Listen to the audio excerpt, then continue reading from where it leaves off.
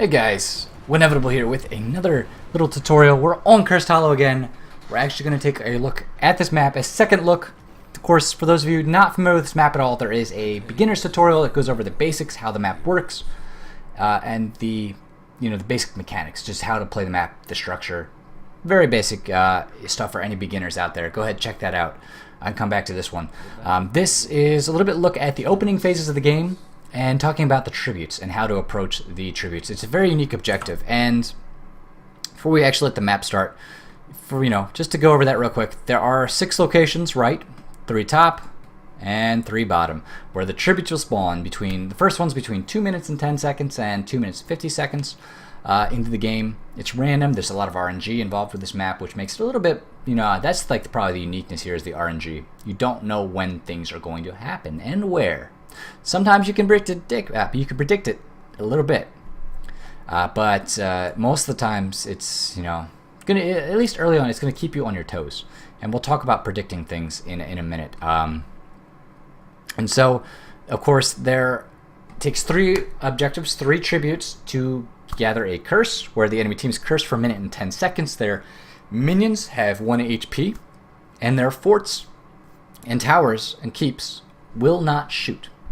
So all lanes become very vulnerable. The lanes will be pushed back. Towers and forts are easy pickings for the enemy team. Now, thinking about all of that, how do you want to approach this, right? There's right away.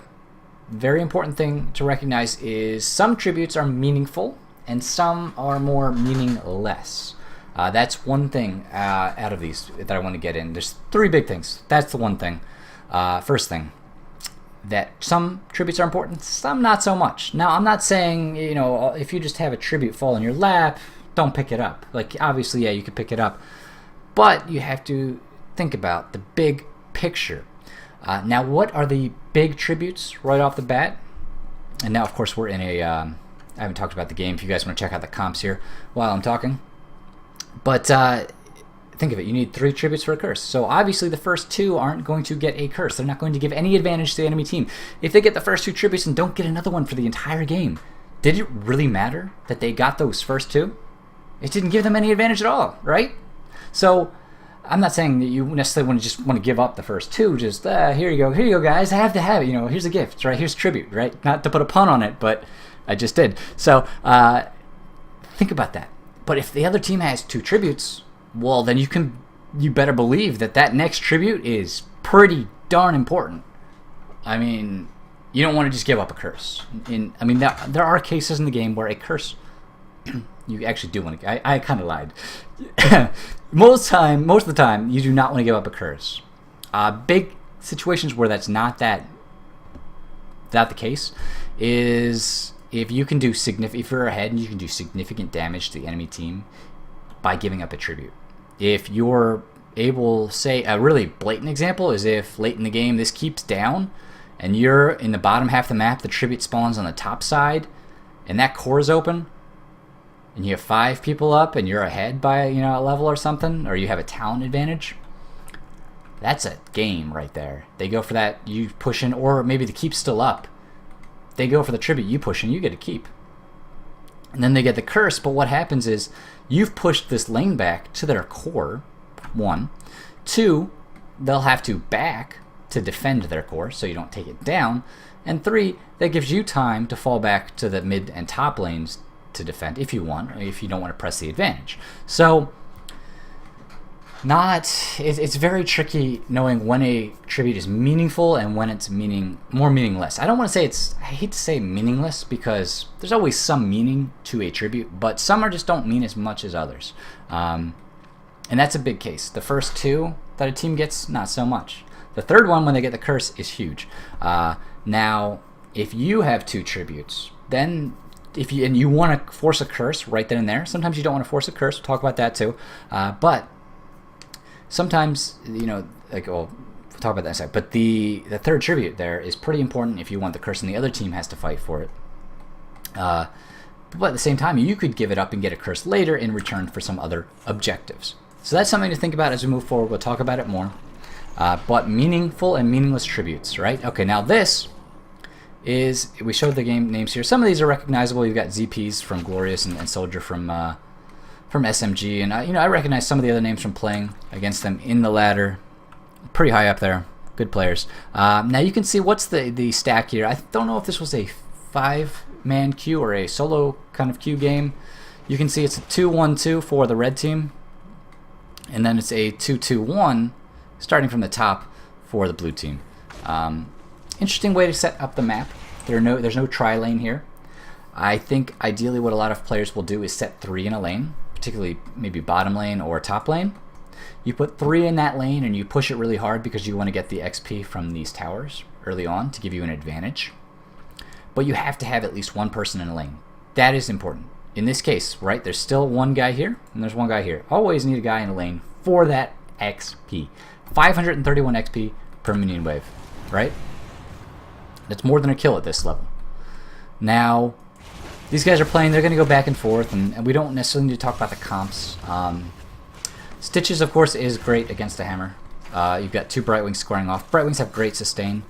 And the thing about Brightwing or a Falstad with a global ability, keeping them in a side lane like this is really useful because then they can get basically across the map pretty fast, faster than anybody else. A Brightwing will be there within a couple seconds. Falstad might have to walk a little bit to go from top to bottom or vice versa. But, put your globals on the outside generally. You could put Falstad middle and then he can fly top or he could fly bottom pretty easily and instantaneously. But Brightwing definitely keep in a side lane. And also, if we look at the talents, you do have Bribe on both Brightwings. Very useful. Merc camps, timing those with tributes is super, super important. And so, a big thing here. You've got the meaningful and meaningless tributes, but you've also got to soak the lanes. And so we're at 1:20. We're going to go ahead and speed this game up while these guys are battling it out. You can see top lane, no damage. Just a little bit of damage here mid lane. It's a 2v1. Meanwhile, bottom lane, though, the Tychus down here is doing work. I have to give a shout out to this Severage here because he's been up against a Vala and an Abathur, and he's been able to actually get damage down and not get pushed. He is pretty low in hit points, and he's actually going to back. He cleared the wave, and then he backs. But shout out to him for actually being able to win a 1v2, essentially. Now, I don't know that the Abathur was heading Vala the whole time. Like, in this case, he's helping out mid lane. So he's probably been helping out mid lane and bottom lane, and that's why the Tychus got away with so much. But, it's always a tough spot to be in a 1v2 against really good players. Okay, so we're at 220, and at this point in the game, you have to be thinking, tribute's going to be coming up within the next 30 seconds. It will be up. And the first tribute will always spawn in the middle column. Okay, just for reference, left column, middle column, right column. Left, middle, right. Okay? Now these are bottom and obviously, intuitively I should say, not obviously, these are top. So it'll be either middle top or middle bottom, sometime between 210 and 250. You don't know when. And that's a rule. It has to occur between those times and in those locations. Now watch, I'll prove myself wrong. It'll be like 3 minutes now. But that's the first tribute. It's always going to be in one of those locations, and that's for balance reasons because obviously, intuitively, I keep saying obviously, but some things aren't obvious, right? Even if they're right in front of you, it could be hiding in plain sight, right? So these locations are a little bit offset and given a bit of an advantage to the other team, particularly early in the game when the death timers are so low. The respawn timers are very fast. And so basically you die on the tribute, you could sacrifice yourself, and then all of a sudden you respawn 5 seconds later and you're running right back to here. And meanwhile the other team's doing the same thing, but they've got to run all the way across like all of this distance, while you just have to run that distance. You have to run one screen and they have to run 2. And that's why it spawns in the middle lane, the middle column rather. And there you go, look at that, 250. Okay, that was a very late tribute. Don't think it could have been any later. But like I said, I was probably going to prove myself wrong with the timing, right? But yes, it is in the middle column. Now you can see they're fighting over it right here. We have a 3v3. Okay, but some action going on, right? All the eyes are glued to this point. Now, stop for a second and say, remember, 1, is this a meaningful tribute? or is it a meaningless tribute? Truth is, it's somewhere in the middle. It's not a 2 out of 3. There's not. Blue team doesn't have 2 out of 3. Red team doesn't have 2 out of 3. They're both 0 of 3. Okay? There are no objectives pushing. There's not a golem beating down this door. There's no knights pushing mid lane. There are no giants. There's no merc camps pushing any lanes. And no fort is exposed. All the towers are still standing. So, there's no map pressure elsewhere on the map. And there's no threat of a curse. Big things to consider. What are both teams doing in this case? Are they sending all 5 to this tribute? No. They're not. They're sending 3. Now the hammer just died, but it was a 3v3. Vala stitches Brightwing right here, and then the Brightwing hammer and Muradin. Plus you get the Abathur hat. So it's not really a 3v3. It's if you have the hat, it's like a 3.5.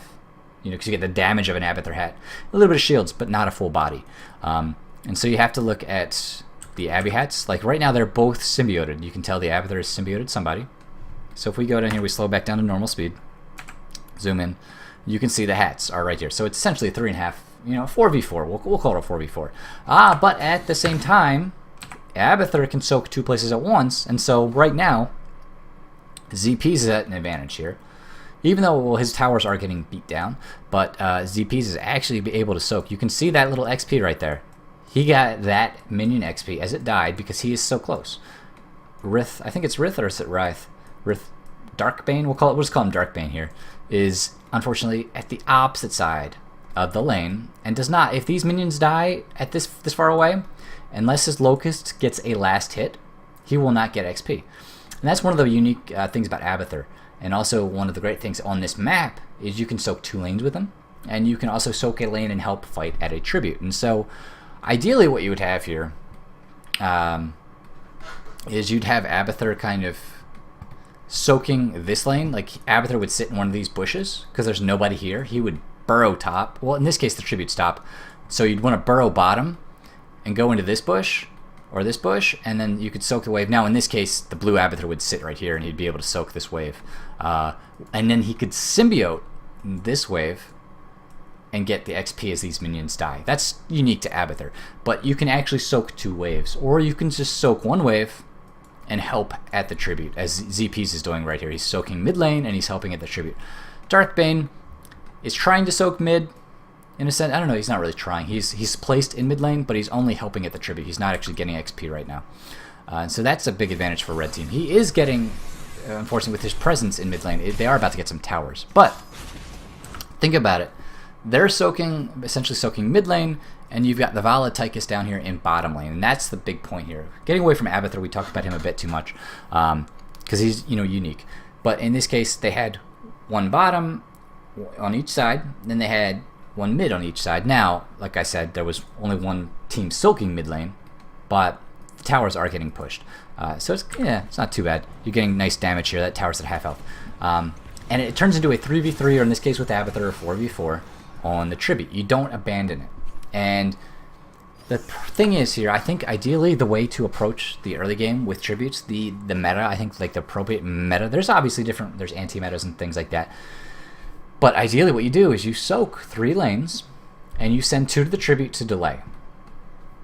With the intention of delaying. Maybe you cap the tribute. So you send 2 up here to this tribute. You 2 people, right?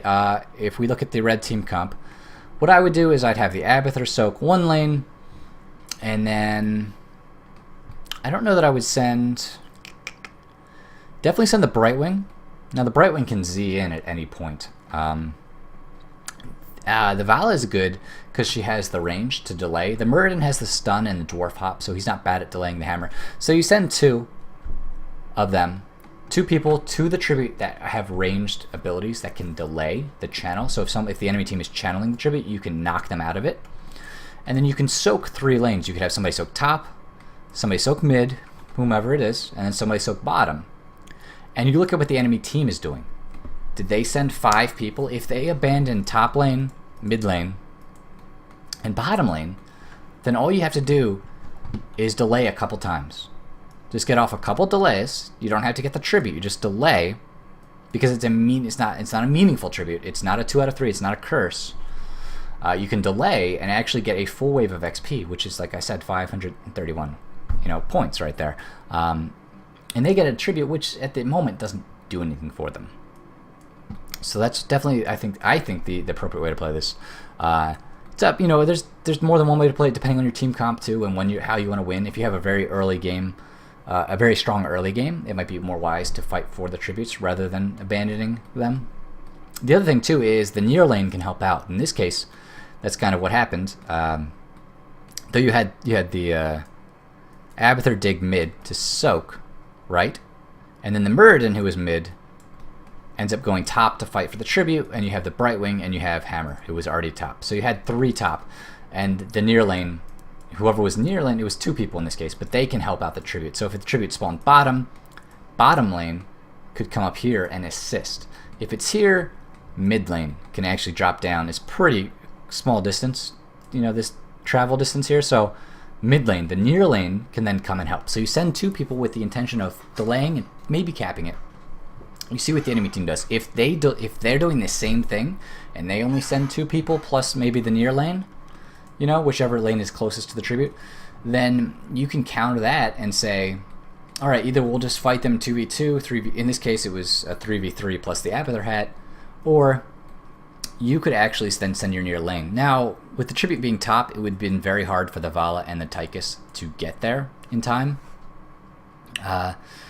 But it's viable if you'd even had the Abathur dig. That's why I think if you had the Abathur dig opposite tribute, then you can send whoever's bottom can go mid lane, soak for a minute, even clear the wave, and then come up and help at the tribute. And so you don't. The idea here is you don't have to rush all 5 people. You can soak XP and get an advantage. Now you have to ask yourself, who's ahead at this point? Why are they ahead? No towers have fallen, and there was 1 kill. So I believe it's just this XP is mostly from that kill that happens on the Hammer there at the tribute fight. And so they're going to get another tower here. Blue team is. They'll get that. ZP's is in a bit of trouble. Let's get it back up. And you could hear the Brightwing zing. She's Z down to the bottom. And now the next tribute's going to be up, right? So thinking about the rules for the tribute. The second tribute is pretty free from any rules. It can kind of be anywhere. But actually, let's talk about that in part 2. So this is part 1. Let's wrap part 1 up and we'll go into part 2. Okay. Big thing. First tribute, middle column between like 210 and 250. It's going to be somewhere. Now you have to distinguish between tributes that are meaningful and meaningless. And the ones that are meaningful, you're going to have to fight for them if you can fight for them. Obviously, if you're level 9, the enemy team's level 10, you might have to give up a curse, because if you charge into the fight without heroics, you're probably going to die anyways and give up a curse. And then you're going to be dead while the curse is going on. So, identify when you can fight for it, when you can't, but which ones are worth fighting for as well. And so fight for those. The first 2 tributes aren't the biggest because they're not going to give up a curse. The third one, when the other team's 2 out of 3, is pretty darn meaningful. And then even when you're the early tributes that are kind of meaningless is when you want to be soaking the opposite lanes.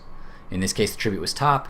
You want to soak mid and bottom to stay up in XP or to get ahead in XP, depending on the enemy's tactics. And you have to react to what they do. So that's part 1.